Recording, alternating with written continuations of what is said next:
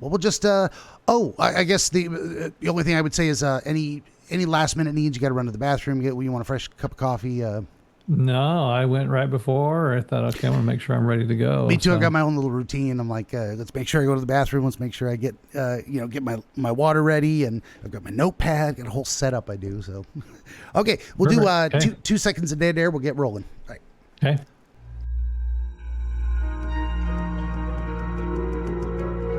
Greetings, friends, and welcome back to another episode of Dreamscapes. Today, we have guest dreamer Dean Taylor out of Salt Lake City, Utah. He is and of course, I write these things down because my memory is terrible. My brain is Swiss cheese, and things fall into the holes.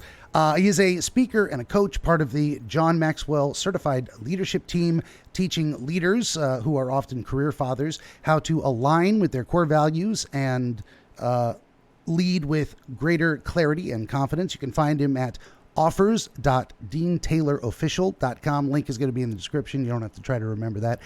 For my part, would you kindly like, share, and subscribe? Tell your friends. Always need more volunteer dreamers. You don't have to be anyone special promoting yourself. You can just be a regular person who dreams, and please speak English. I do not know any other languages. Those are the requirements. I play video games Monday through Friday, 5 p.m. to 8 p.m. Pacific, most days of the week. Sometimes I take a Thursday, Friday off and start a new game on a Monday. This episode is brought to you... Oh, I've got it right here. Wait a minute. Brought to you in part by... Oh, no. What? It's playing. It's playing it like it's a video. Oh, exit slideshow. That's what it was. Slideshow. Wow. Don't do that. This episode is brought to you in part by ABC Book 14. It'll be on the screen right there.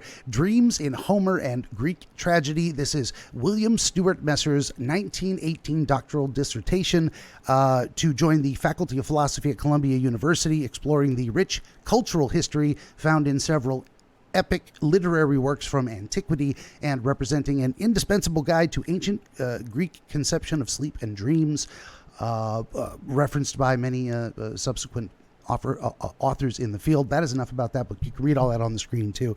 You can get, of course, all this and more at BenjaminTheDreamWizard.com, including downloadable MP3 episodes of this very podcast, so you may take the wizard with you wherever you wander, with or without Wi-Fi.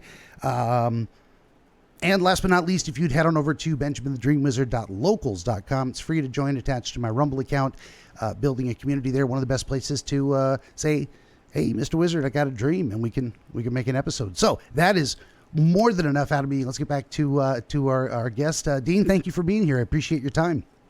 Absolutely. Thank you so much. Appreciate being here with you today. Nice. And then, of course, as I was saying earlier, just dry mouth today. Awful. We had like the worst muggy, hot weather and rain in the middle of, at the beginning of August. I'm in Portland, Oregon. So, it's just been, it's been from, I feel like I'm swimming through the air to now I feel like the air is sucking the moisture out of my face. So, yeah. I had a quick question for you. Sure. Are we recording? Oh, yes, recording now. You are recording. Okay. Yes. I just want to make sure. Oh, God, if I wasn't, that would be terrible. I'd be like, let's do it all over again. Yeah. No, yeah, okay. I didn't see a recording, so I thought, oh, no. I capture the video in something interesting behind the scenes. I use OBS to capture the video behind the scenes. But and I'll tell you right now, I didn't mention this because I'm always forget something. I was saying that before we get started. I think I'm forgetting something. Every guest of the show is welcome to use the Zoom called. I just use Zoom. Start your own recording and save this for yourself. I mean, you'll get my version of it eventually, but this is as much your product as it is mine. So after I post these videos, you can take the whole thing, chop it up into clips, make YouTube shorts, put it on TikTok, anything you want to do to promote yourself using your appearance here. I don't mind. Nobody who's ever appeared on my channel has signed a release. I don't own this any more than you do. It's just we're two people building a collaborative project out of it. So we'll just throw that out there. That's the way I roll. Okay, perfect. Okay, sorry, I was like, oh no, I didn't see the recording thing start. So, but we're good. No, so make sure we're never hesitate to stop me and go, Ben, did you forget something? Because the answer is probably yes. No worries. That's well, where to begin with you? So I know you had I was even looking at should I ask him the questions that are on his his page, and I'm like I go a little more organically. I mean, what from what we chatted about beforehand and putting together your introduction, where do you think is a good place to start on describing what you do, or what got you into it, or how you do what you do? I'm a terrible interviewer, honestly. So I don't know. Do you have any thoughts? No, absolutely. Yeah. Thanks for asking. I still work a full-time job. That's something but I have, as I've been a little bit further in my career, I've felt that I think probably a lot like a lot of men who are nearing the end of their careers potentially, and they're looking back and saying, what kind of legacy am I leaving? Or maybe they're feeling a little unfulfilled, feeling like I got to get up one more day to do this thing that doesn't really drive me or create a deep passion inside of me. And I've certainly felt those feelings, and I've experienced that. And I spent the last several years thinking about that. And one of the experiences that really triggered this in my mind was my mom passed away back in 2015. My dad, he passed away in 2018, but so right before he passed away, he was living in Oklahoma, and we went to clear out his belongings from his house to get his house ready for sale. And when I was younger, my dad had this dream of starting his own business and doing his own thing, and he wanted to do small engine repair. So I remember him going to school, getting the manuals. He brought home a small engine that he would take apart and put back together, and did that multiple times, or many times. And for whatever reason, I don't recall why, that business just never took off for him. But I remember how excited I was as a kid. Like, my dad was going to finally do this thing that he had this passion for. And now here we are clearing out his house, and in the garage, I'm discovering these old manuals that were still sitting there.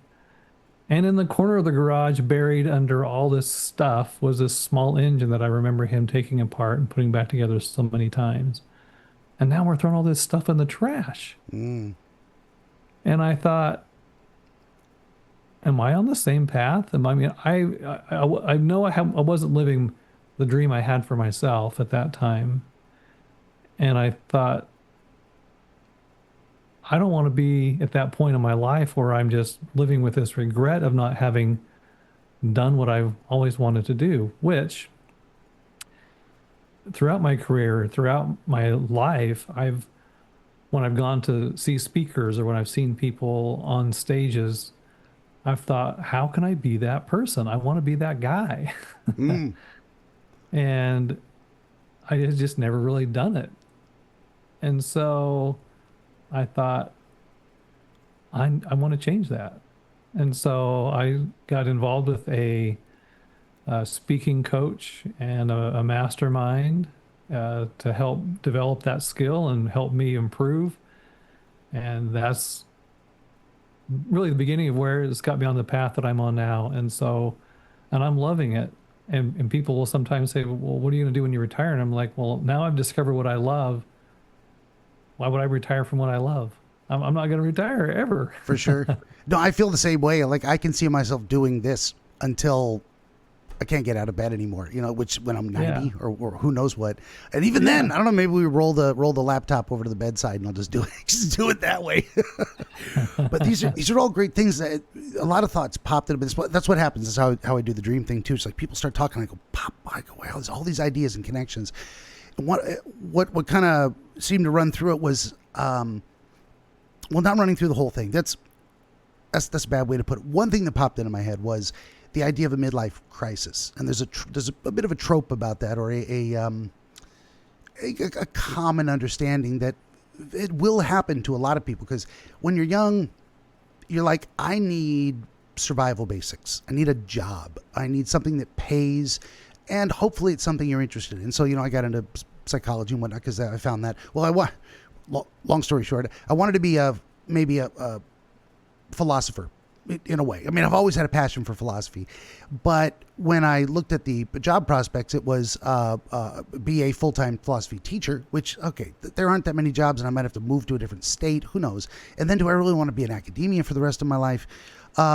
And the alternative for someone with that degree is standing on the street corner yelling at traffic, and I can do that for free, and I have, but it doesn't pay as well. So I'm like, well, what can I do that's practical that is in the similar, so instead of the why of everything, I started looking at, well, let's get into the specific realm of the why of human behavior. And I'm like, that's plenty big. You'll spend a lifetime studying that and never get to the bottom. But yet again, so as we were saying beforehand, I've spent 20 some odd years in inpatient emergency psychiatric, so I've seen a lot, done a lot, and I always thought maybe someday I'd hang out a shingle and go into private practice. I'm like, well, I never turned to that. I'm like, what do I really want to do? Is like, I'm really fascinated by dreams, so I'm just gonna. So in a way, if you get lucky when you're a kid, you might stumble into a lifelong career that is fulfilling. It just unfolds that way for you, or it becomes a means to an end where you're like, well, this is an honest living and it's not that difficult in terms of like, I can do the job and I'm not killing myself, but I have other things that I'm just working to pay the bills so that I can have a family, so I can do other hobbies that actually motivate or stimulate me. But again, too, it's not uncommon. It's not, what am I trying to say? It's not uncommon that people get to a certain point in their life, and it's very natural as well, that you start to evaluate, do I want to keep doing it at the halfway point? Do I want to keep doing what I've been doing, or do I want to do something different? And that, you really got to check in with yourself and say, what do I want? What am I doing this for? What is, and then that gets you the idea of purpose, right? Yeah. I my wife and I, we have 5 children, and various amounts of clarity of what they wanted to quote unquote do.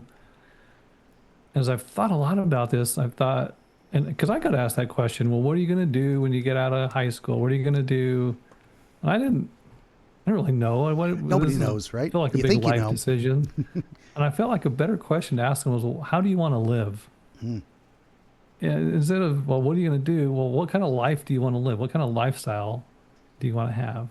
And then, talking about clarity and purpose, and because I've had the same struggle about, well, man, I feel passionate about so many things, or I like so many different things. How do I narrow it down to this one thing? And that's where the purpose and clarity really, and having a vision, were so important to me, because without that purpose, it's like having a GPS that doesn't have an address put in it. You can go anywhere. Yeah. When you have your GPS really becomes valuable when you put in an address and this is where I'm headed. And I use that analogy to say, now that I've aligned what I value with my purpose and my strengths, that has become a lot more clear, very clear in my mind. And I know where I'm headed. I know what I want to do. Interesting. You had an inpatient experience. I worked in the newborn ICU for 7 years as well. But I've always had a passion, desire to help and to serve. But I didn't really know how it was all going to come together. And so, because I had in the back of my mind this desire to speak and to teach and to coach and to train, and I didn't know how, but I love serving, and like you were saying earlier, it's like, well, I got to pay bills, and so I'm just going to go do this thing, and you end up. So, but now I've really become really clear on what are my values, what are my desires, what are my strengths, and when those things have become aligned, I'm going forward. It doesn't feel so. It doesn't. Sometimes people say, well, I'm just grinding. Like, well, I don't want to grind through life. I want to flow through life. And that's how I feel now. Absolutely.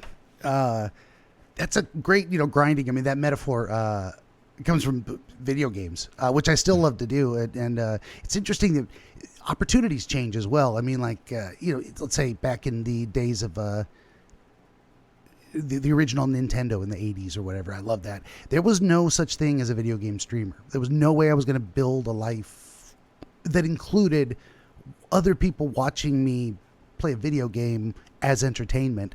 So, times can change, and then certainly we reevaluate with new technologies that come along. These cats.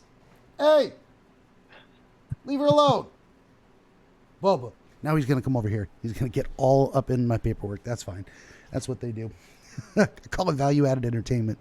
Where was I going with that? Anyway. You also mentioned, as parents pass as well. And that's another thing that kind of happens around that midlife. As much as it's a cliche, I mean, it's normal to reevaluate am I satisfied with what has gone before? Because I only got about half left. So, and when parents die, exactly, it's one of those things where it's like, well, what do they leave behind? And there's physical objects too, but there's also their role modeling. And role models don't have to be parents, but very often it is. Like, how did my parents succeed at raising me to this? Wow. Stop it. Wow, he's being a real asshole today. Sorry. That's the black cat's is Bubba, and then the other one's elderly female. She's been with us for 15, 16 years or something. He's 1 year old. She's 16, and he's like, I want to play, and she's like, I will cut you. And I think she almost has. Anyway, so we often look to our parents as a model, and then their passing really triggers that in us to say, my life will also be finite, and what do I want to accomplish with the rest of it? So, I mean, I as much as I don't tend to give people advice, it's like I'd never be afraid to at least have that conversation with yourself to reevaluate.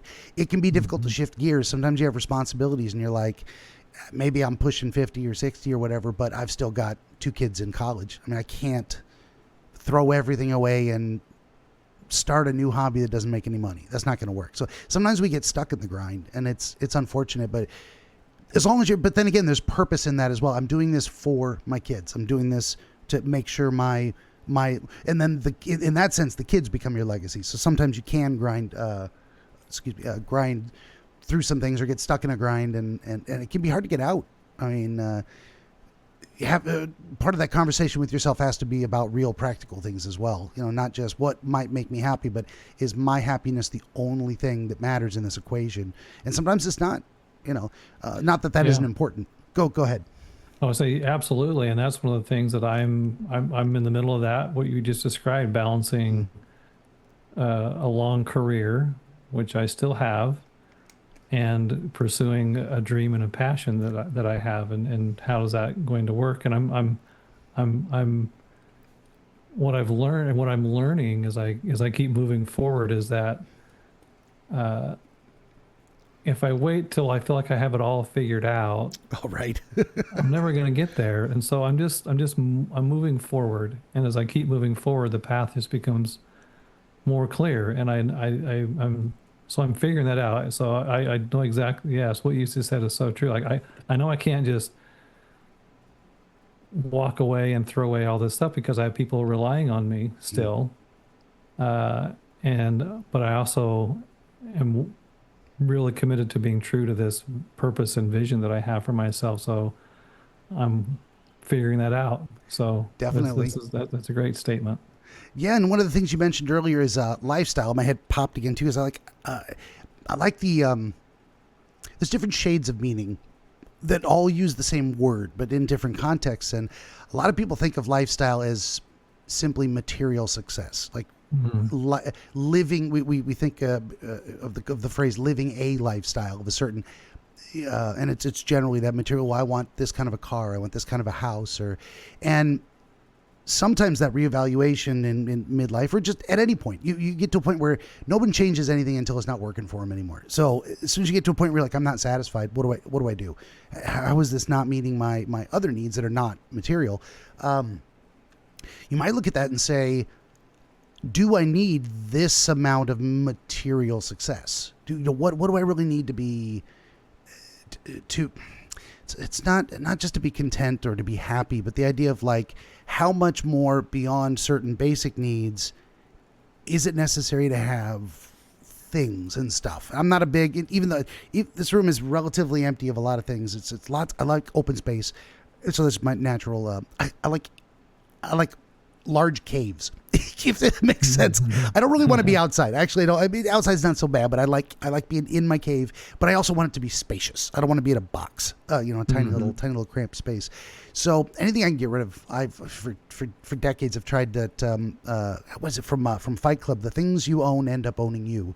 And I don't know if that came from another philosophical tradition, but it's true. Everything you possess, it occupies mental real estate and resources to maintain. And at a certain point, you're like, do I need this? Okay, well, all of that, bring it back around, or I got dementia according to the media. If you get to a certain point in your life and you look, do I need a house this big?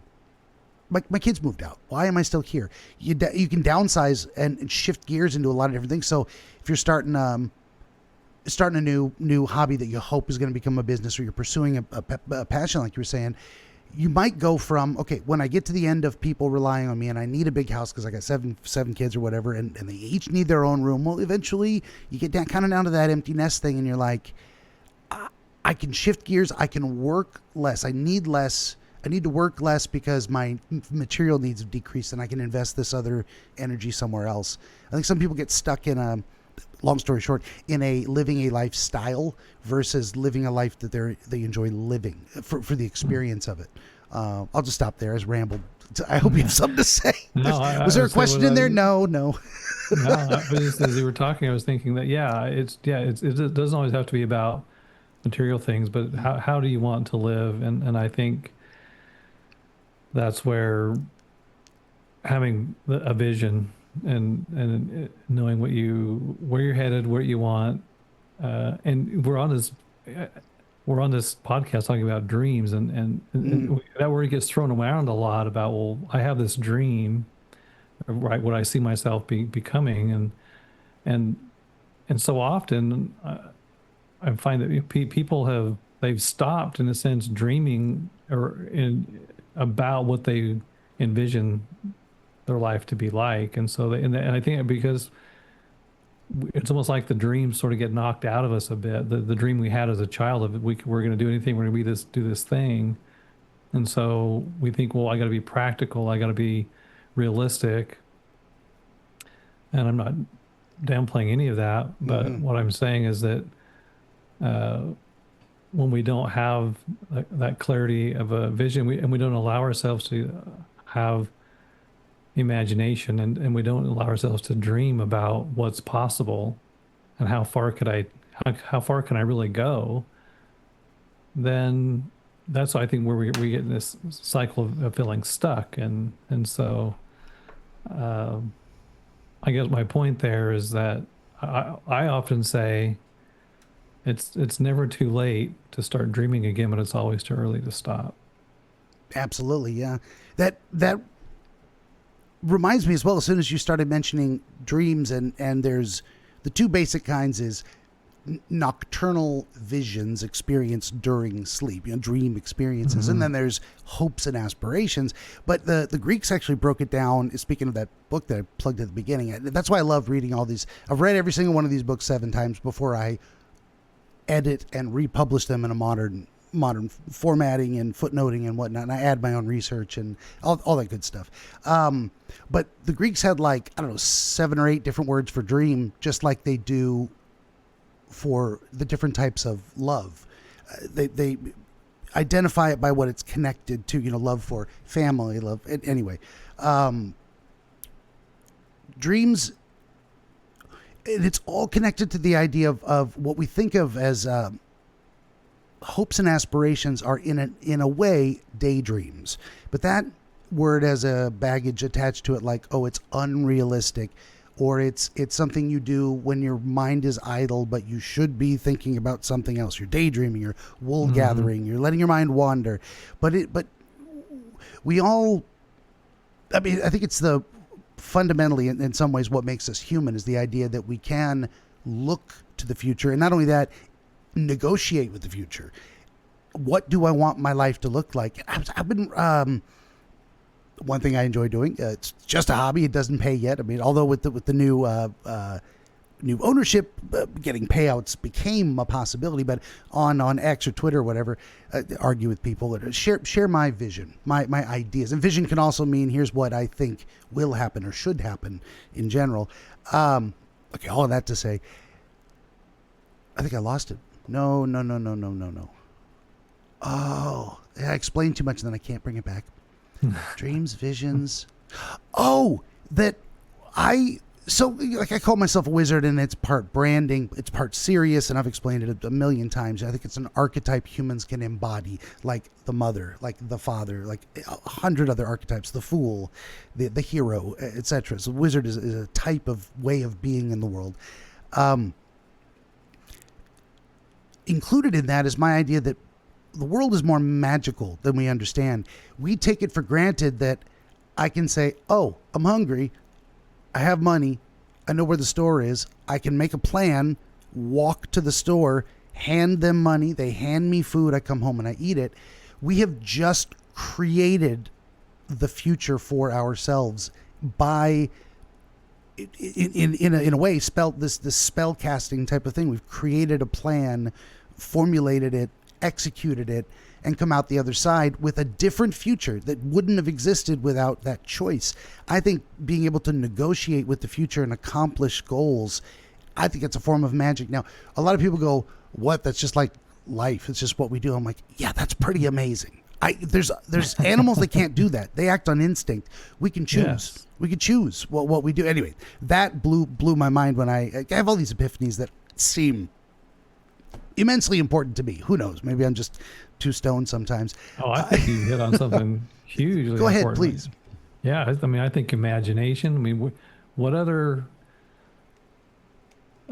creature on Earth has the ability to have imagination? It's one of our greatest gifts. Mm-hmm. As people. And what you said when you were talking about, well, I have this in my mind. I envisioned I'm going to go to the store and I'm going to get this thing, and I'm going to. That's a mental image that we've created in our mind, and then we act and we execute on it. It's like anything. I feel like whatever we hold in our mind, if we hold it there, and we have emotion, we can make that happen. We can. I mean, these things that we hold in our hands, these things we call phones, that was someone's imagination. Someone envisioned, had this dream that they could have a day where there would be something that would almost be like a computer you could carry around in your hand. And try going back to the 1960s with the giant spinning tape punch card machines and tell them, oh, that something 1,000 times more powerful than that will be in your pocket in 60 years. They'd be like, I mean, maybe, but that's pretty pie in the sky. I mean, I don't see that ever happening. And it did. And it did. That reminds me too. I mean, a lot of what I do, a lot of what I think wizardry is trying to conceptualize the world in ways that crystallize ideas and for easy communication. So my one phrase I think I invented, who knows, maybe great minds, parallel thinking process, someone else came up with it, but every piece of science fact was once science fiction. And I referenced the 60s specifically because in the 60s we had Star Trek, the original series, and you saw how they envisioned the future. I mean, this was supposed to be hundreds of, and it was very much based on what's current. You kind of extrapolate from the current. Mm-hmm. But one thing they had was the communicators. Delete. And then one day we had the Motorola Razr flip phone. And I'm like, we are in the Star Trek universe right now. This is happening, and all we're waiting on is space exploration. And then Elon's trying to make that happen. We'll see. But what I want is the beam me up Scotty technology. You know that's a fascinating conversation too. That gets into brief spoiler alert: if you have not played the game Soma. Turn the volume off for like 2 seconds, but and you don't mind me spoiling it for you? Are you a video gamer? Are you going to play that game someday? Oh no, go ahead. No, okay. Yeah. Maybe I'll try to be vague. It deals with the concept of beaming yourself, or in the game, your consciousness into another body, so to speak, or uploading your consciousness to a neural net or something like that. And in the apparently, you may not know this, and I don't want to ruin it for you. This is getting back to Star Trek. Now, Star Trek's 60 years old. If I'm spoiling something, that's too bad. That's your fault. You especially if you were born anytime in the past 60 years. It's canon in the Star Trek universe that your body is destroyed and rebuilt on the other side. So you're not actually moving your physical form through like a wormhole in space to appear somewhere else. It is deconstructed like a. Remember the? I don't know if you've seen it. The intro to the movie Tron, where we know his name. The dude. Wow. He's in all the Tron movies. Anyway, Flynn, the creator, I can remember he gets deconstructed and moved into the machine. Well, apparently that's what's happening with. So the philosophical question then becomes, are you? Is it the same person that comes out the other end? And apparently the Star Trek universe says no. And we've had that verified. This is a complete tangent. Like we're just BSing right now. It doesn't matter. But there was an episode where an earlier version of Will Riker, this is the Next Generation, got trapped in the pattern buffer of a transporter, and they activated it, and now there are two Will Rikers. There's the one that made it out, and the other one, the pattern that got trapped in the buffer, and they were separate physical persons right there. The same guy on two divergent paths. And I think they did one where the other one grew a beard or something. Like the classic trope of the one with the beard is the bad guy. Or the goatee style. Anyway, long story short on that is this is where my brain goes with things.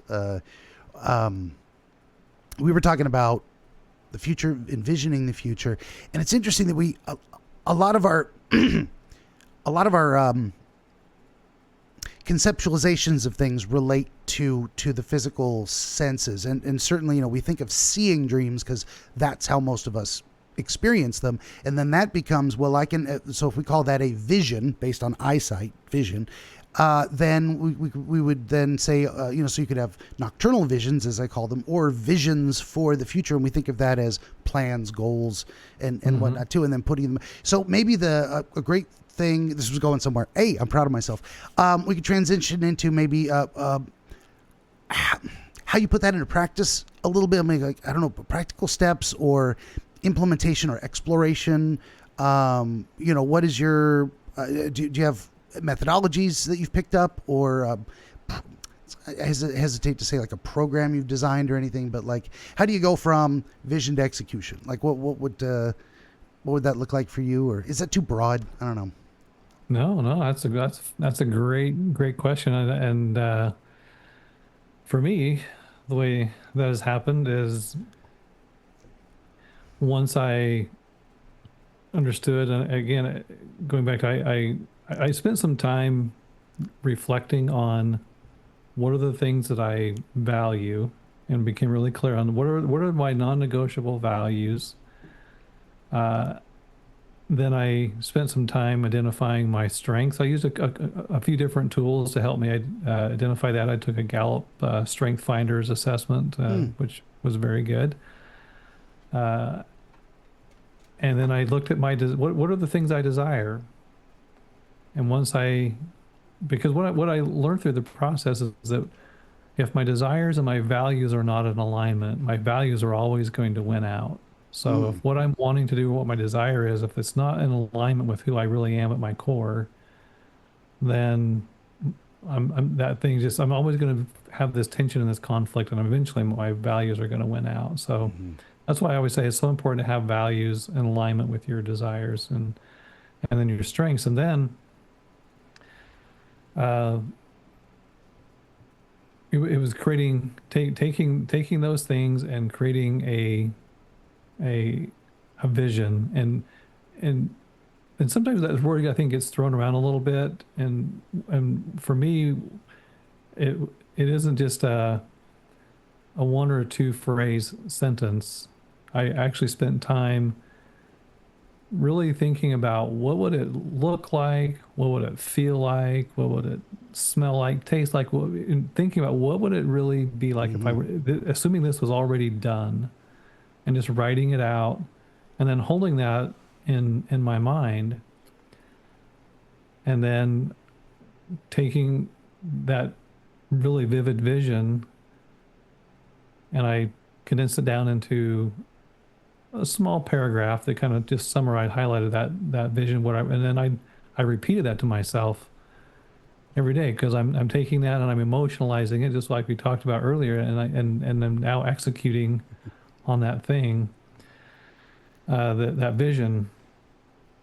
And the practical step, I think that one of the keys to that is, once I started letting people know this is where I'm going, I've announced it publicly. I'm now have some public accountability uh, for where I'm headed, uh,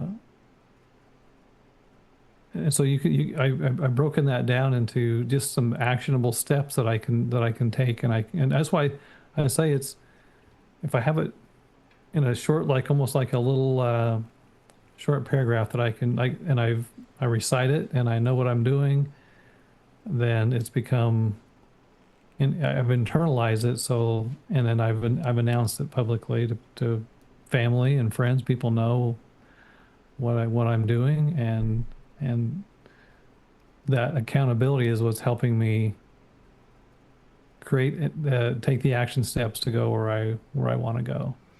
So that's the way I'm doing it. Yeah, for sure. No, that's a lot of good stuff too. I was thinking as you were saying that, right off the bat, you're like, okay, so you check in with yourself and you're like, well, what do I want? Like, what really makes me happy? What inspires me in that sense?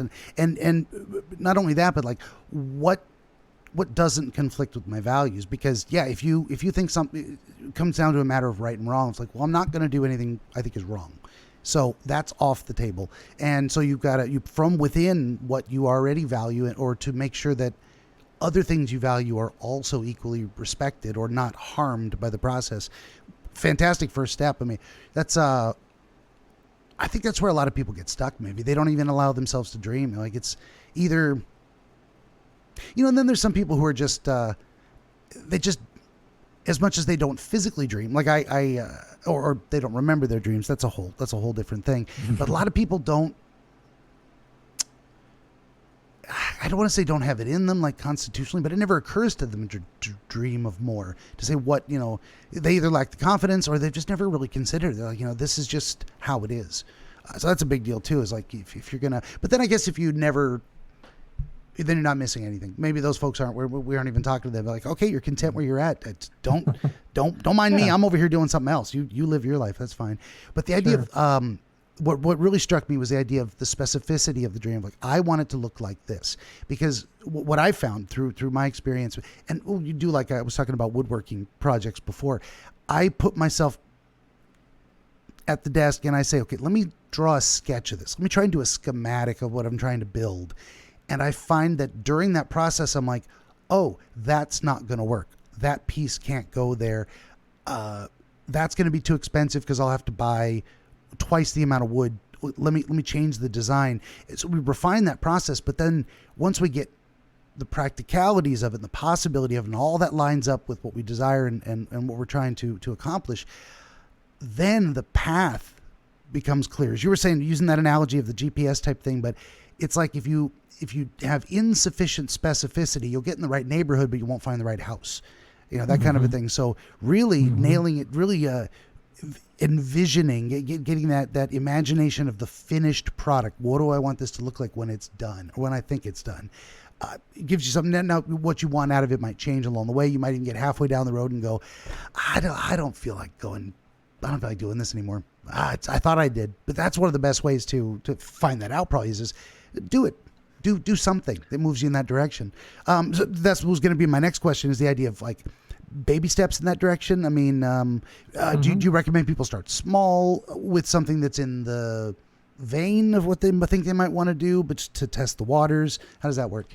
Yeah, I feel like, and one of the things I think that holds us back is that, we create this vision and we start to move in that direction. We take a step in that direction, and then, but if that thing that I wanted to accomplish, if it was logical, and if I could logically figure out how I was going to do it, I would have already done it. And I think our brains are kind of wired to want to protect us. And so when we go into doing something that feels unfamiliar to us, or we say, oh, that thing doesn't feel familiar, so it must not be right. So I'm going to retreat back to this place that feels familiar or feels comfortable. And then we tell ourselves, oh, well, because I'm in this place of familiarity or comfort, that must be right. And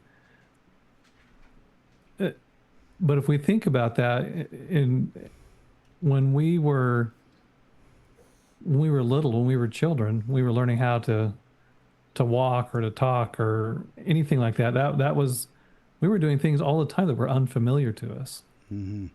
We hadn't done those things before, but we kept moving and we kept getting up and we kept doing over and over until now this thing that seems so out of reach feels very comfortable, feels very natural. We do it all the time. And I think that that's the same way about achieving this, a larger vision. As we take a step, we get to that boundary of unfamiliarity. It feels scary to us. But when we take a step into that place of feels like it's unknown, the path starts to illuminate, and it becomes, and we stay there. Now that circle's broadened and we feel more familiar, it feels more comfortable. And then it just keeps expanding from there. So I guess my point in saying that is taking action towards that vision, towards that dream has really helped me to become way more familiar and more comfortable with doing things that were before outside of my level of comfort or familiarity. And so I've it's now like it's just felt more natural. It feels comfortable. It feels good. It feels and it feels right. And it feels my level of passion for it hasn't diminished. And I'm going to keep going in that direction. So I hope that answers the question with some actionable steps that yeah, I think so. Someone listening could take. I think a lot of what is beneficial is having some of these conversations and trying to put words to the concepts, because I think once people hear it in a certain way, they're able to go, oh yeah, I get it. I can work with that idea. I can internalize that concept. Maybe I don't understand it completely. Maybe I'm just starting on that path of understanding, but demystifying certain processes that we go through. And I had to tell a couple of stories about me. Why not? I had a coworker once who says, Ben, you say things other people think but don't say. And I'm like, yeah.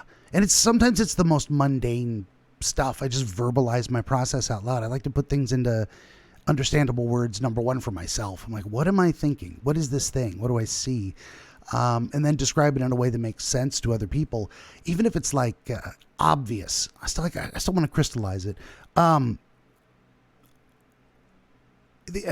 was I going with that? The idea of there's a good, say, evolutionary reason for fear of the unknown. The unknown is potentially dangerous. It is potentially wonderful, but we don't know. And so if you're going to stay alive, sometimes I think we're descended from the people who, and I think this is broadly true of all human. We are descended from the people who were cautious enough not to get themselves killed and adventurous enough to discover new things that made it easier to live, to stay alive.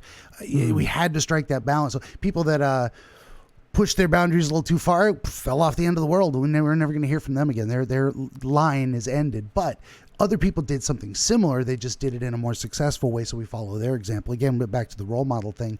And this reminds me of, I don't know what drove me to do this, but I wanted to perform. I wanted to sing and play guitar for people.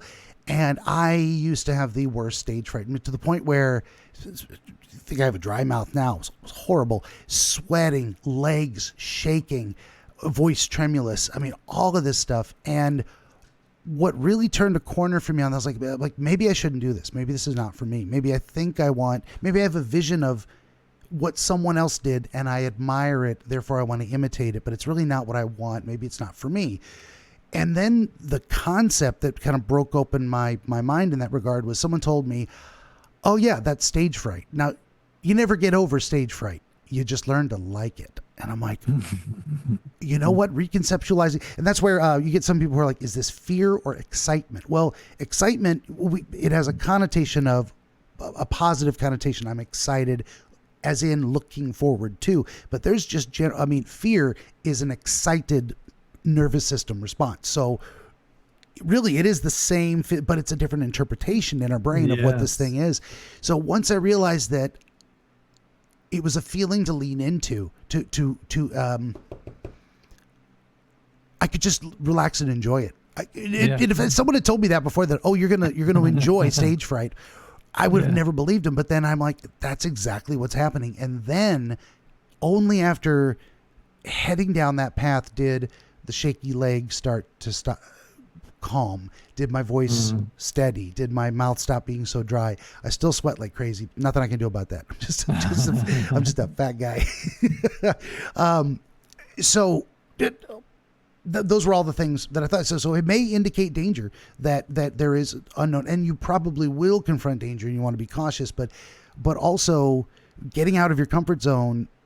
If there's something you think you want, you just got to go and look. At least you got to check it out, or you never know. I mean, I think that's one of the things that I was thinking of regrets earlier today. Why was I thinking of regrets? It's that I don't regret it. Oh, I was going to make a Twitter post. I don't know, just because I post random ideas. I'm doing a lot of talking. I'm going to throw it back to you, I promise. No, you're good. You're good.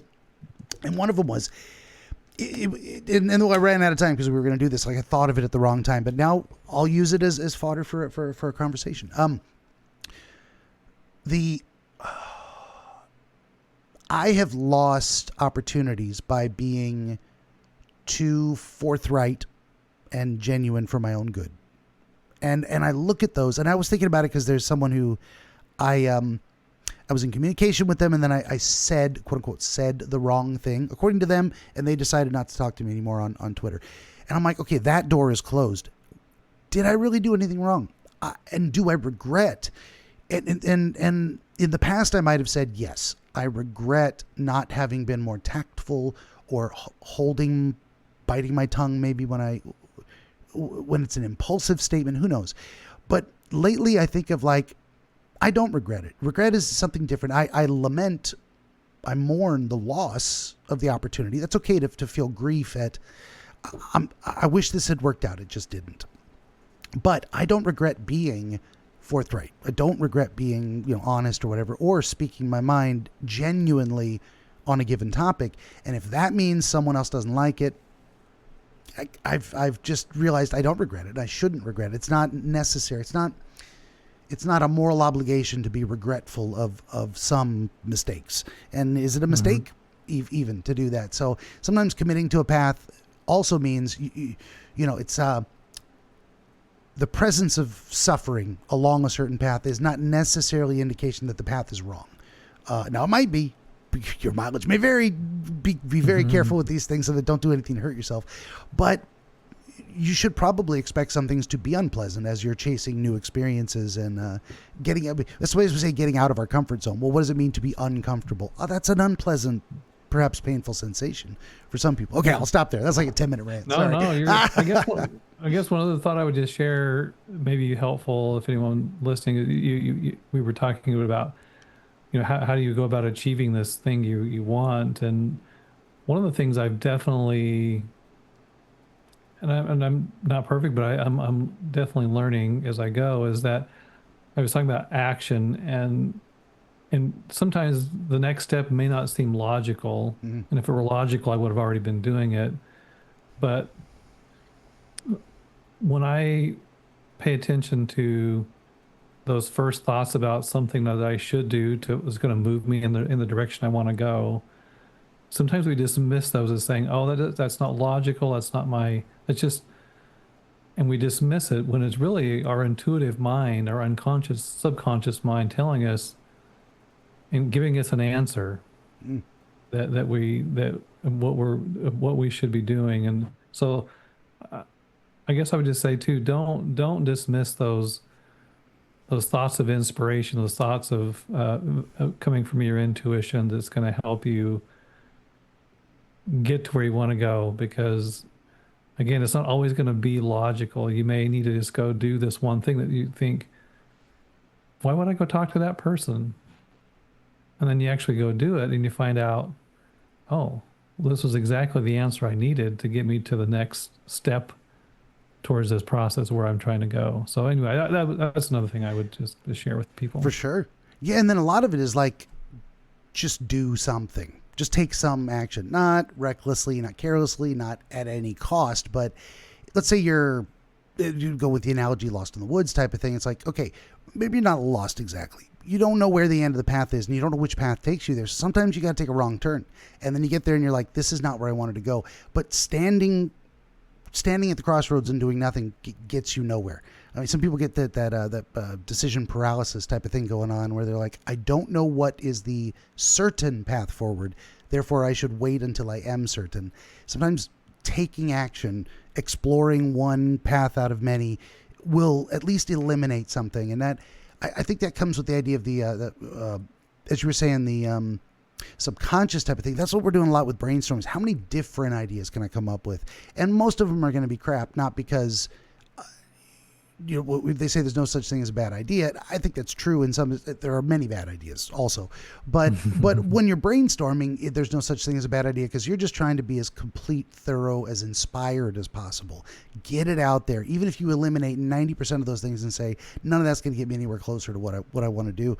And I think this relates. It's a perfect segue into the dream thing, because I tell people not just metaphorically give it time, but literally sleep on it. If you don't know what to do about something and it's sufficiently strong in your mind, if it's something you really want an answer to, and I can't tell you how many times this has happened to me, and it took me forever to realize it as a phenomenon and to start passing it on, but I will be uncertain and I'll just stop thinking about it. Okay, we're going to put that down for now. And I wake up the next morning with no memory of a dream, but I have an answer.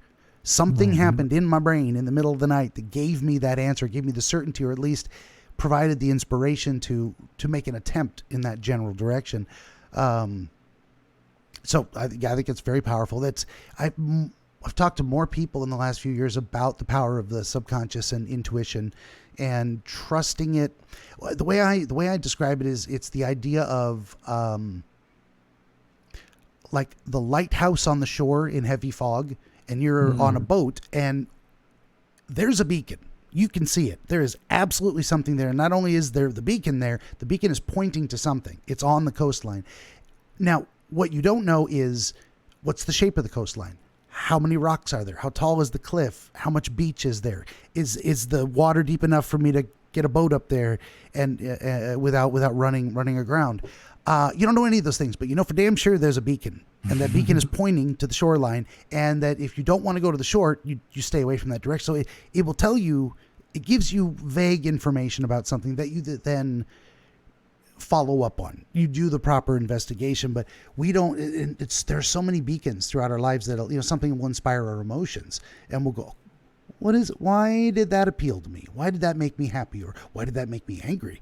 What is going on in my head? What do I want out of this experience? How does this relate to where I'm going? So I would encourage more people to check in with their own impulses more often without being improperly impulsive to any harmful. It's such a balance. It's so hard. The idea of, you tell people you need to be more impulsive, but not like that.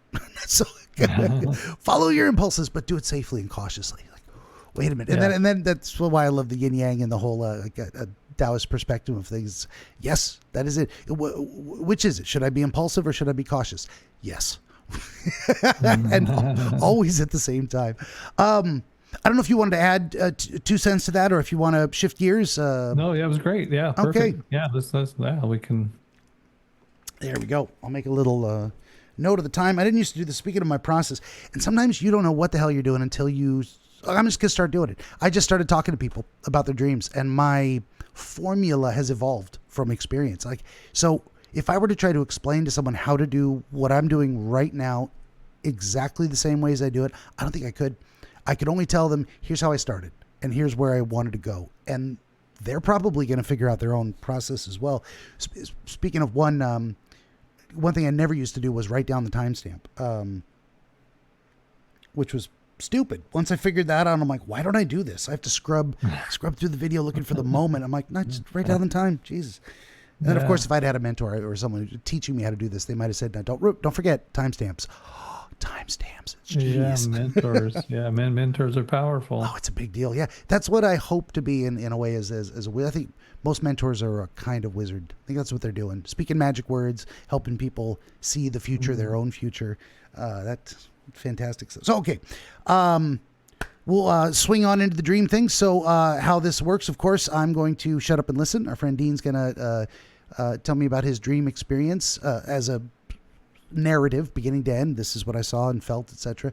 And then we're gonna try and figure it out together. So I am ready when you are. Benjamin the Dream Wizard wants to help you pierce the veil of night and shine the light of understanding upon the mystery of dreams. Every episode of his Dreamscapes program features real dreamers gifted with rare insight into their nocturnal visions. New Dreamscapes episodes appear every week on YouTube, Rumble, Odyssey, and other video hosting platforms, as well as free audiobooks exploring the psychological principles which inform our dream experience, and much, much more. To join the wizard as a guest, reach out across more than a dozen social media platforms and through the contact page at benjaminthedreamwizard.com, where you will also find the wizard's growing catalog of historical dream literature available on Amazon, documenting the wisdom and wonder of exploration into the world of dreams over the past 2,000 years. That's Benjamin the Dream Wizard on YouTube and at benjaminthedreamwizard.com.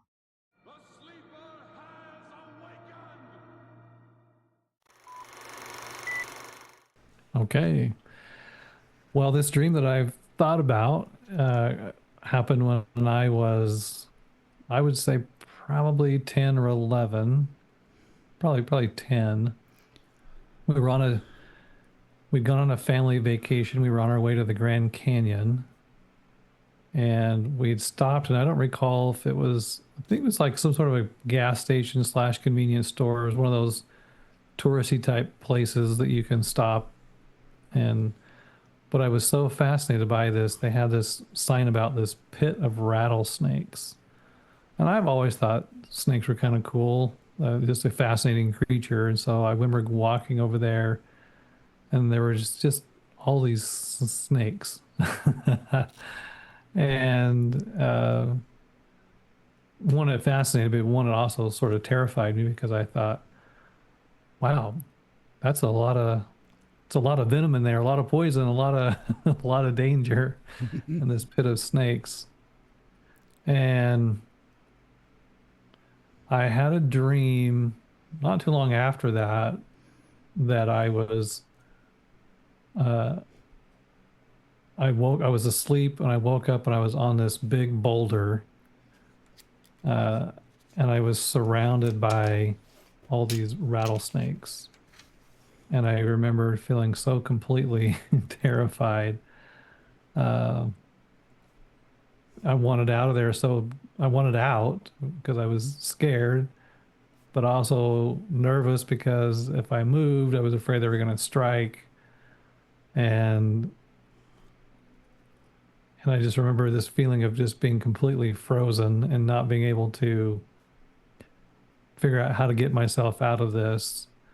And then it was a very short dream that I can recall, and I woke up. But I've had that dream a few times in my life since then, and it's always almost the exact same dream, the exact same feeling of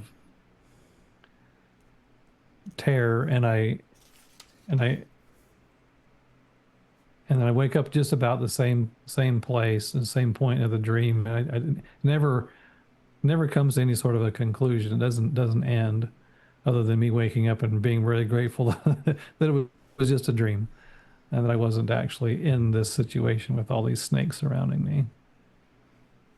Very interesting. All right. So I didn't. So before we started, just behind the scenes again for the audience. Before we started, I always ask folks, you do actually have a dream to share, and some people show up and they don't. They're like, oh. Nobody said, or that wasn't clear to me. Fair enough. I should be more clear about that. But most people have a dream. You can remember something, and it doesn't have to be long. It can be short like this. But also, I stopped Dean before he started telling me about the dream. I'm like, I got to hear it for the first time in the moment, and we're going to roll with it. Now my head's in that space instead of thinking. What do they call it when you put too much thought into something? Overthinking. That's anyway, that doesn't work for me. But what we also didn't get to was the idea that it was a recurring dream, which if I was not, as soon as you said that, I was not surprised. I'm like, there's very many experiences from childhood, broadly speaking, that if we have a dream about him, it will often recur because it's powerful in some way. There's something in there that's profound to you personally. So anytime that idea becomes relevant again, that iconic image comes back to. So I was talking earlier about how I very often verbalize the most mundane things in my head. I just try to put it into words. Where our brain, I think, is often trying to do that. It's trying to say, what is this thing? How do I conceptualize it? What words do I use to describe it? What images represent feelings or experiences? Okay, so let's get down to a little more specifics. There's so in the very beginning of the dream, are you always the same age in the dream? Are you always a child, or are you always yourself currently? It's always the child back when I'm about that same age, little. Yes. Okay. That's interesting. Don't know what it means. Just interesting. Why do I ask these questions? I don't know. I'm operating on pure intuition when I do these things. Yeah. So counter, what do I call it? Counter example? Counter. Wow. I cannot words today. What didn't happen? What do they call it? Counterfactual. Jesus. I'm gonna get it one of these days. Counterfactual is no, I'm always my current age. Would have been the other answer. So it would be. I think it would mean something different if that was. It would be all, and maybe it wouldn't. It doesn't surprise me either way.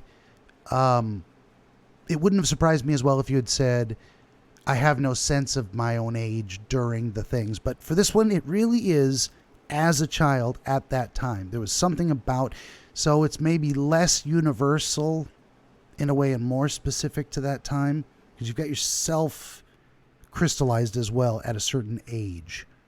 Or at least a part of yourself that will always be that age. I don't know.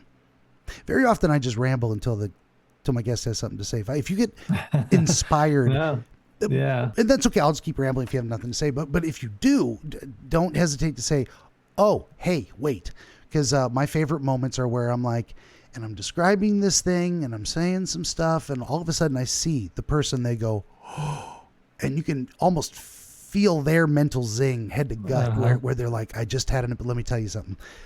So anytime you get inspired, but we're just starting. So anyway, those are kind of ground rules. Interrupt anytime. Don't hesitate to tell me I'm wrong as well. I rattle a lot of doorknobs and they don't come open. So be it. We move on. Happy to be wrong if it gets us, if it eliminates those paths in the forest that we're not going to go down. So in this dream, give me a sense of the size and shape of the boulder. You said boulder, and that can be anything from like a 20-foot thing to one that's barely 2 or 3 feet wide, and you're standing. Oh, I know. This boulder in my dream is, it's always very large, like large enough that if I were to jump off of it, I would be afraid of, I would hurt myself. Like so it's big. Like it's always this really massive boulder, snakes crawling around me. And in the dream, it's always too that I know that if I were to jump and move, I wouldn't be able to just get away from them. Like I would, because they're everywhere, and I would be, because there's other rocks away from it that I would have to like try to crawl up and get away from, and so I just always feel stuck. I'm just right there, and I'm always in the same clothes that I wore on this trip. Or kind of what I wore. Probably one of my favorite pairs of shorts and tank tops when I was a kid. It's the same kind of red shorts and like a tannish looking tank top shirt. So, Okay. Any chance that's maybe what you were wearing when you saw that sign and went over and looked in the pit? I'm pretty sure if I were to go back and find a picture of, because I remember taking pictures. If I could find, I don't know if I have a family picture of us being there, but yeah, I do know I had those clothes with me on the trip, so it's probably. Gotcha. Yeah, and does it mean anything really that you would be in this? It would be like that's one reason that image burned itself in your mind, because that's what you were wearing that day, maybe. But also it could just be, when I think of myself at that age, I think of my favorite clothes at that time, which was this outfit. And so in your mind, the first time you had that dream, and that's what happens with recurring dreams very often. The first time we have it, I like to use that phrase, crystallizes. It comes together as a coherent whole, and then that repeats, sometimes with variation, sometimes identically. So, okay. Okay, where are we at on that? So I'm seeing. Go ahead. And it's kind of funny to me too. Like I was mentioning before, I love watching snake shows. I always thought they were a fascinating creature, and learning about them. So I know I was so fascinated by them at that place that we stopped, and so. I don't know why that dream has occurred a few times throughout my life. I haven't had that dream in quite a while, but I've had it a few times, and every time it's like I said, it's the same thing and the same feeling of I'm stuck and I can't get out of here, and I'm terrified and I want to get out, or I want to wake up. Definitely, yeah. That's so kind of. So what I'm doing is trying to see what you see as much as I can. So it is large enough that you're well off the ground. So counterfactual again. It isn't a boulder that's we might find as someone's landscaping boulder that they put in their yard, or a series of them as a border. That would be like you'd be really close to the danger. You would almost be striking distance, and any misstep, loss of balance, you're off it. But a boulder's actually, as much as you're trapped, you're safe. You are safe if you don't move. So there's something going on there with that as well. They're not going to get you unless you get out. Now, that's small comfort because you're still trapped, but it isn't the same kind of trapped of like, I'm trapped and I'm in immediate striking distance of harm. But also the idea of there's another side to that safety as well, which is it's so far out of range of danger that I would actually hurt myself to get down. If I jump, I might twist an ankle, and at the very least I'm jumping into the snakes because they were ubiquitous or spread out enough that there was no jumping over the snakes. They weren't all gathered at the base. They were spread out and large enough. I mean, there's really there's other rocks and things around that I just I can't get. If I move from definitely, if I knew if I moved from where I was at, I was going to I would get bit by one of them for sure. And especially if I got off the rock, that was my one place of at least feeling I was somewhat out of harm's way.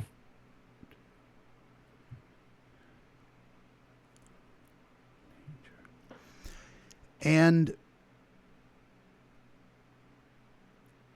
if you had to kind of describe a sequence of events, and this may just be that single image and knowing what you felt and broadly what was around you, but was there any sense of a passage of time in the dream at all, in terms of I experience myself having these thoughts over a period of time, or I spent hours there staring at the snakes, wondering how to get out? Any sense of time passing, or really it just feels like a momentary event? How would you describe that? I wouldn't say it was momentary. I mean, it was, and I don't know how I got there. That was the other thing. I've always like, how did I get here? How did I end up in this place? And there's no one around. There's no one else in my dream. There's no other people. It's just me trying to figure out how I'm going to get away from this danger. But it does it felt like it was a long time that I was there.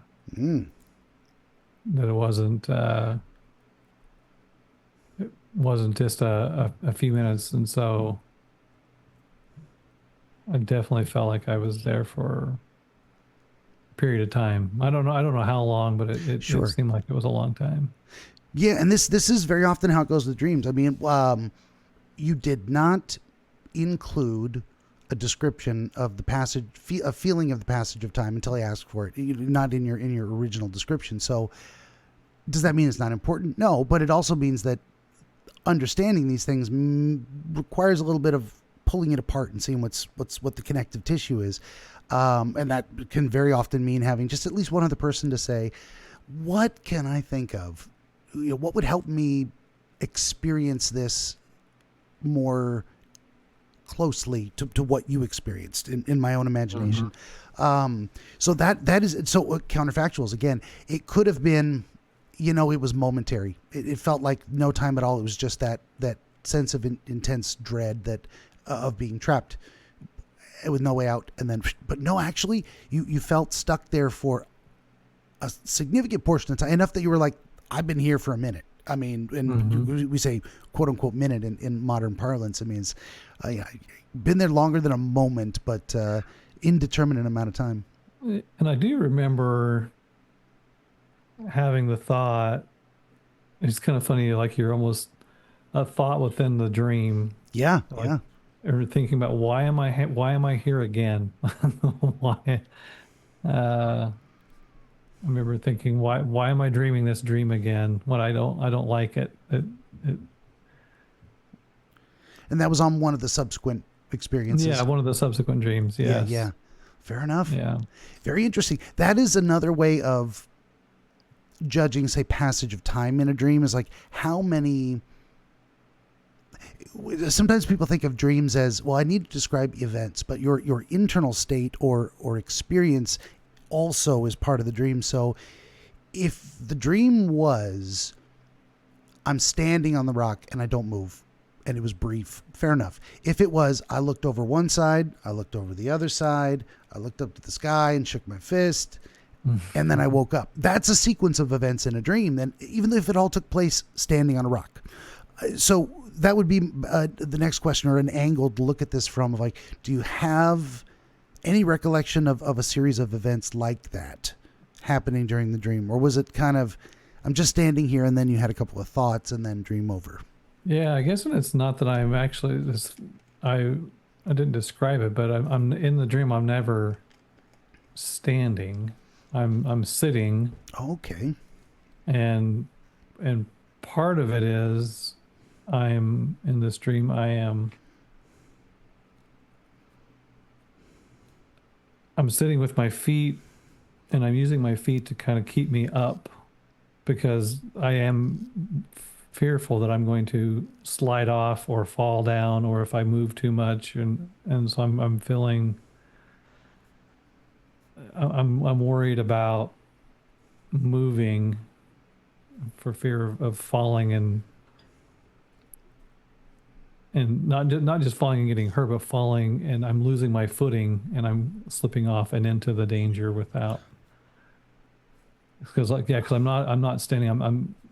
I've never stood in the dream. I'm always sitting, kind of with my hands behind me and my feet, and I'm sort of like just trying to keep myself up on the rock. So there is kind of a sensation of almost the danger of an involuntary fall. And you're actually preventing, and there's the feeling of sliding as well, where yes. you got to kind of struggle to stay on the There you go. That's why we talk these things out. That is fascinating as well. It keeps popping up in my head, the idea of typical dreams, one of which is the boogeyman dream, which very often is attempting to run away from a danger and feeling your body lacks power to move, like you can't make your muscles cooperate to get them moving, or you feel like the floor is sticky, or there's some other force pushing back against you, making it more difficult to escape. So this is almost the inverse of that, in a way where the danger is static and you're trying to keep from moving towards it. Very, very interesting on that. And of course, you always wake up before you fall, but you get close to falling, or you get like right to the point where like any further and you're going over, or how would you describe that? I'm trying to think of like what's triggered me to wait. I think thinking about this dream, it's usually right. I've typically woken up right before I'm. I haven't fallen. I've never fallen into the pit, but I've definitely been where I'm now about to get bit. Like, right, there's something that like one of them has gotten close enough to me or something. And I remember just feeling like I gotta get out of here. I gotta get out of here, and then I wake up. But I've never actually been bitten, but it's always been like right before or right when I'm at that point where it's like, oh my gosh, this is going to happen, and then I wake up. That's very often in dreams too. With the boogeyman dream, there's you wake up right before the monster gets you, or the falling dream, you wake up right before you hit the ground. That kind of thing. Usually, the consequence we fear almost never hits in the dream. Sometimes it does. There was one person who had a dream where they were torn apart by wolves, and they actually. It wasn't just the wolves jump and they're about to catch me and I wake up. No, they got a hold of me and they're pulling me to pieces. And I'm like, wow, that's rare. That often does not, that does not often happen. So if we start trying to build a narrative about what this dream is, why it happened, certainly in the context of the dream, you say, oh, I got a dream. First, let me tell you what happened beforehand. Here's a real life experience that filled me with equal parts fascination and fear. I couldn't look away. That's amazing. I love to see snakes. I don't want to be that close to them. Those are very dangerous. So there's often a push-pull with that of things in life, of like, there's things I want that I fear, but I want to get close enough to it because it's an interesting thing to look at maybe, but I don't want to be close enough that I'm in actual danger. So watching a snake show on television is perfect for me too. Sharks as well. Never getting anywhere near a shark, but I don't mind watching the shows. The Shark Week, that's fascinating. Did you have something? Go ahead. Oh, and my experiences with snakes, that wasn't my only. I mean, living in New Mexico, we lived we had 13 acres of land up in the mountains of New Mexico, and running into various kinds of snakes was not uncommon, and having our own fair share of rattlesnake. And I had a close encounter with a snake. We had chickens, and one day I saw them out surrounding a sagebrush, and every now and then one of them would jump in the air. It was far enough away I couldn't. I just thought it was fascinating. I was a child. I thought, this is interesting. So I go over there, and I can hear the snake rattling. There's 3 or 4 chickens around the sage bush, and of course I want to see it. So I got down on my hands and knees, and I could see this snake staring at me. And now I'm terrified. I'm like, oh my gosh, like I'm pretty close to this snake. But the chickens were distracting it enough and it was bleeding on its head. Like it would strike. They were pecking it. Yeah. Yeah. So they would hold their wings out, and he would strike at their wings, and they would jump and they would peck it on the head. Because I think he was probably going after their eggs. Yeah.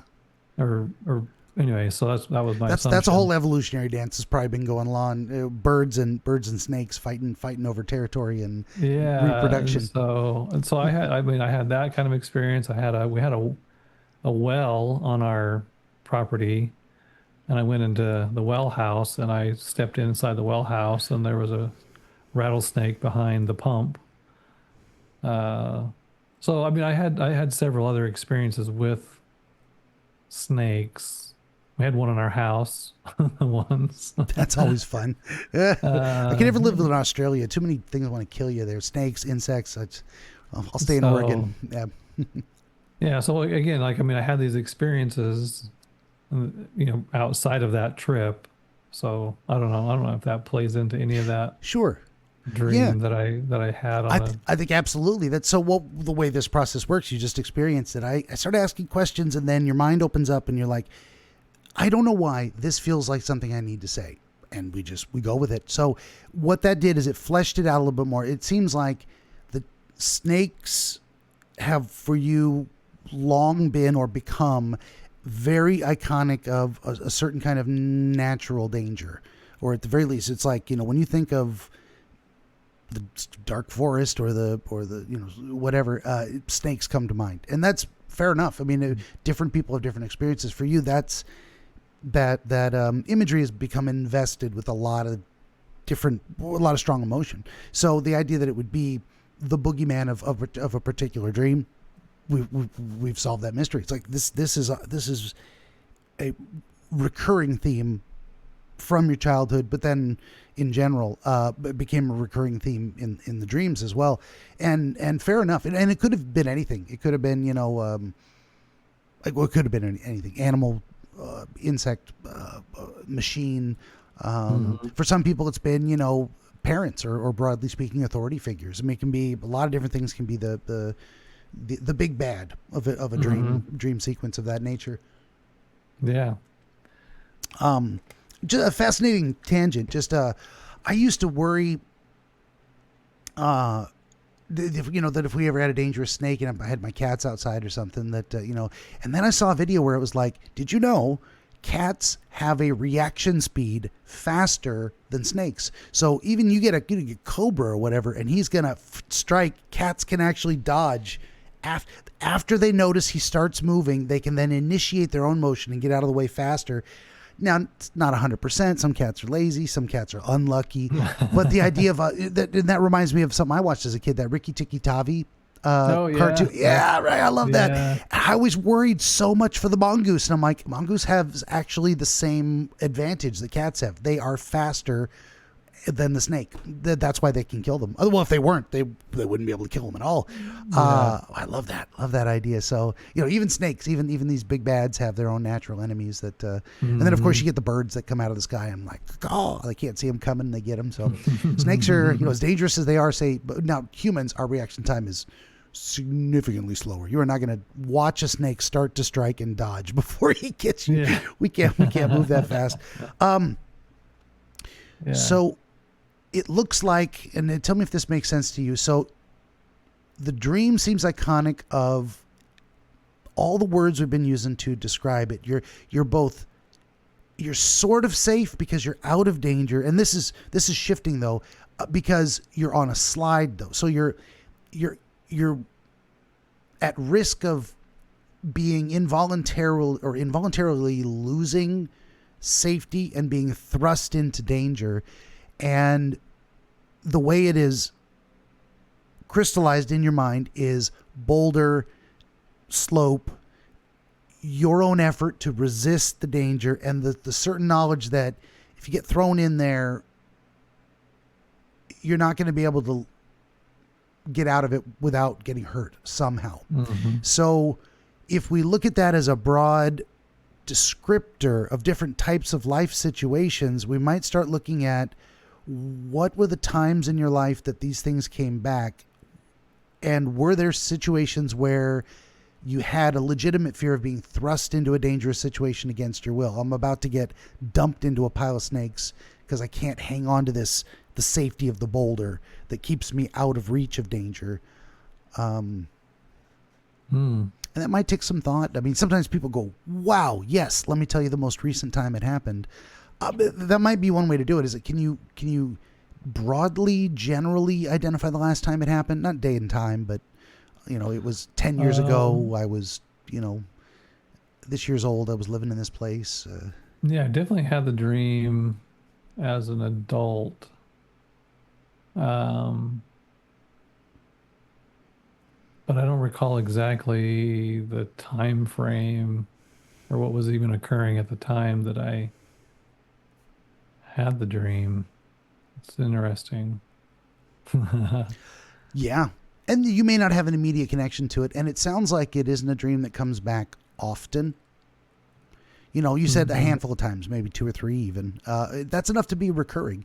There's other folks I've talked to where they'll have, I have this dream at least once a week. I'm like, we need to figure that out for you. That's maybe we can stop that or make it change in some way. And those are the 2 results that most people get out of say talking to me is if we nail it, either the dream stops completely because we solved it. It was a mystery, it needed to be solved. We solved it. If it doesn't stop entirely, it will often change because now you have a different understanding of it. Now you've processed that conceptualization. You're like, okay, now that I know what I'm dealing with, I can look at, okay, how do I deal with it? What do I do? What do I bring into the dream with me? Or what alternatives do I have with it? How do I, you'll either find it there's more rocks than you thought of out there that you could jump to. That'll happen. Or you figure out, there was a handhold on this rock that I didn't realize was available to me. Now that I'm aware and I can not be panicked in the moment and just fighting the slide, I can actually look for how do I hang on. And it depends on the circumstance. Do I need to get out of this situation? Do I need to find a way to stay balanced because danger's all around me and that's just the way it is? I can't stop that. I don't know if any of that brings anything to mind or... Yeah. Putting you on the spot, I know. No. This is fascinating, and I've never really in my mind linked it to maybe or even thought about maybe what was going on in my life at the,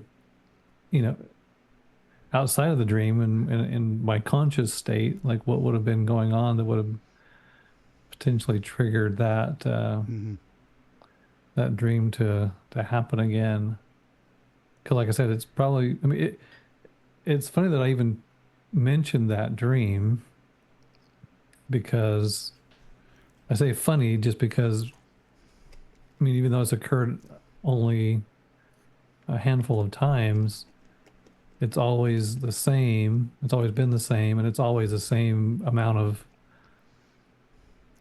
fear and the same things happen. Like I'm at the same point of stuck and sliding, and then about to get bit, and then I wake up, and but I've never really thought about and tried to examine what was occurring outside of or occurring in my own life at the moment or that around that time period that may have made me think about that. And it may take you may have to sleep on it again, and then something will come to you tomorrow. It's almost not fair to folks to put them on the spot like that. And it's okay if something does not immediately leap to mind, like wow, epiphany, all my questions answered. Sometimes it takes a while, but so this is what I like to do is we have the surface layer of imagery. Here's my experience. Then I try to go up that meta level of how do we describe this experience in more general terms that might apply to anybody. So the idea of being trapped in a place of safety, but losing that safety, and you're about to be involuntarily thrust into a dangerous or unpleasant. And our body and our mind interprets danger very interesting. Why would I have stage fright? Why would my body and my voice shake and I'd be short of breath and just all these things? Like, I'm not in any danger. I'm in front of people who they're not going to attack me. I'm not going to have a heart attack and die. I am in absolutely no danger, but I perceive it as danger. My body responds to it like I just saw a predator. So if I can get to that meta level on some of these things where it's like, okay, someone else's experience might have been, I was in a tree and the limb was about to break, and below me was a hungry wolves. That might be their experience of almost the exact same thing. It's like, the limb never actually snaps. It just threatens to stick. It's close to snapping, and I wake up, and every time the dream is the same. And it doesn't pick up where it left off. The limb doesn't then snap, and I fall. It's like, so we start looking at, and this is what you would reflect on after we're done. And maybe it'll come to you, or maybe it won't. You never know. These things are it's hit and miss sometimes. But if you start looking at that, what are situations in my life where I really felt threatened? What do I consider an actual threat? To my lifestyle, as we were saying earlier, to my financial well-being, to my health. It can be a physical threat. It can be an emotional threat. It could be, I don't want to get fired. I don't want to be in a car crash, or I don't want my wife to leave me. All different types of danger that could be a pit of snakes all around you, and losing the safety of this rock involuntarily, this sliding off. I'm in a position where I'm under threat, where something is I'm about to be involuntarily, and that's a big factor too. Is like, I'm afraid this is about to happen to me, against my wishes and against my best efforts to stop it. Like, I'm even aware that a slide is taking place, and I can't seem to get a grip. And then so we use it. Dreams love idioms and expressions, colloquialisms, and wordplay, puns. We look at that situation. We would tell someone who's out of control, hey, you're heading for trouble. Get a grip. Get a grip on yourself. In this case, get a better grip on the rock. There's no grip to be had. You're trying to hold yourself back, and your best efforts are just not.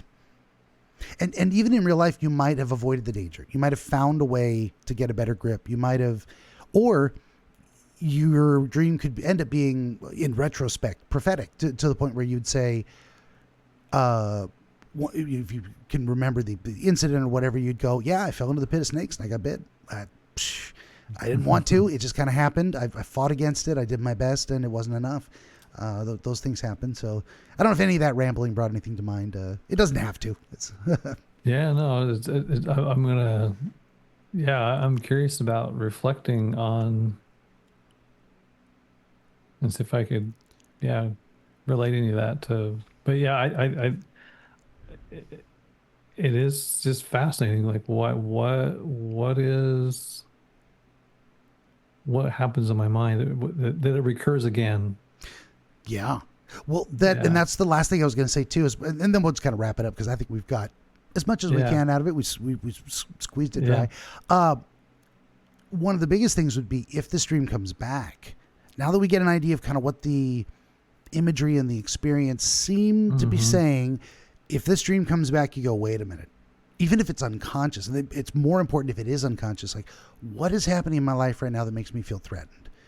That makes me, what am I perceiving as a danger that I'm unknowingly or involuntarily sliding into, and maybe I can do something to stop it. It's one of the best things, sometimes it's satisfying to have the mystery solved, but it's often more useful to have the imagery understood, so that especially with recurring dreams, if it comes back, it can point you to, I better pay attention. I better take a second look at my environment and make sure I feel stable.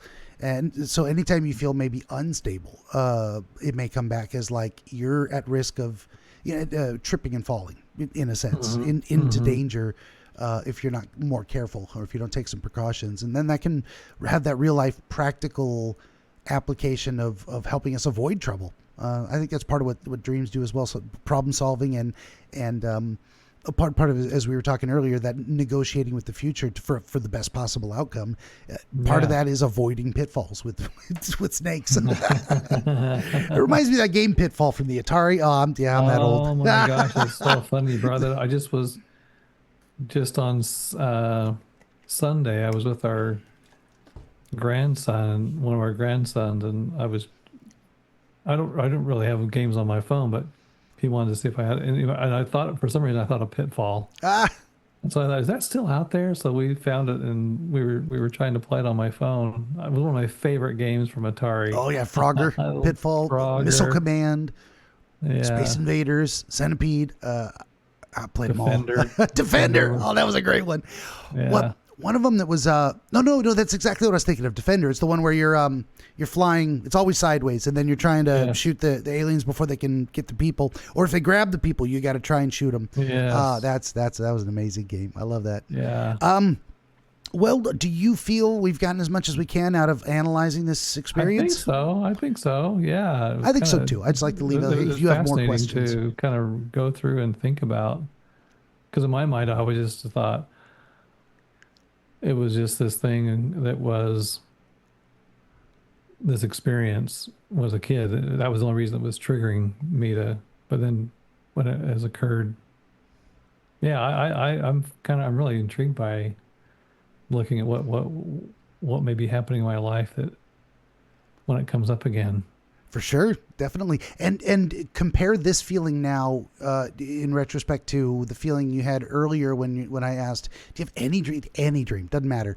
And probably what you were feeling at that moment was like, I'm really not showing up to this game. This is insignificant. This has nothing to do with anything, but hey, it's a dream. He asked for a dream. I gave him a dream. We made something out of it. There's always something there, even if it feels insignificant. I agree. Even if you think it's not enough. I don't know. I think some people are really fearful. Is like, I don't have anything important to say or share about, or this dream, I was on a rock, there were snakes, what do you want? No. Yeah. Every dream is fascinating, and it has some connection to your life, to your feelings, to how you perceive the world. Believe me, if you have a dream, it's enough. We can make an episode, so don't hesitate to reach out. Well, then, okay, yeah, I always like to end like that. Do you think, or do you feel satisfied with the process? Because if you have more questions, I'm always willing to hang in there. But it's at some point, like I think we exhausted it, so it's all good. Yeah, that's great. Yeah. Good deal. I'm glad. Most people I think come out of it with something like going like, wow, that was more than I expected. Nice. That means I actually did something. Okay, well, we'll wrap it up there. And by way of parting, I will say this has been our friend Dean Taylor from Salt Lake City, Utah. He is a speaker and a coach, part of the, now I can't read anymore, it's too dark in here, John Maxwell certified leadership team, teaching leaders who are often career fathers how to align with their core values and lead with greater clarity and confidence. I could take a few lessons in how to speak with greater clarity and confidence. You can find him at offers.deantayloropficial.com. Link in the description. Of course, you don't have to worry about trying to spell that out.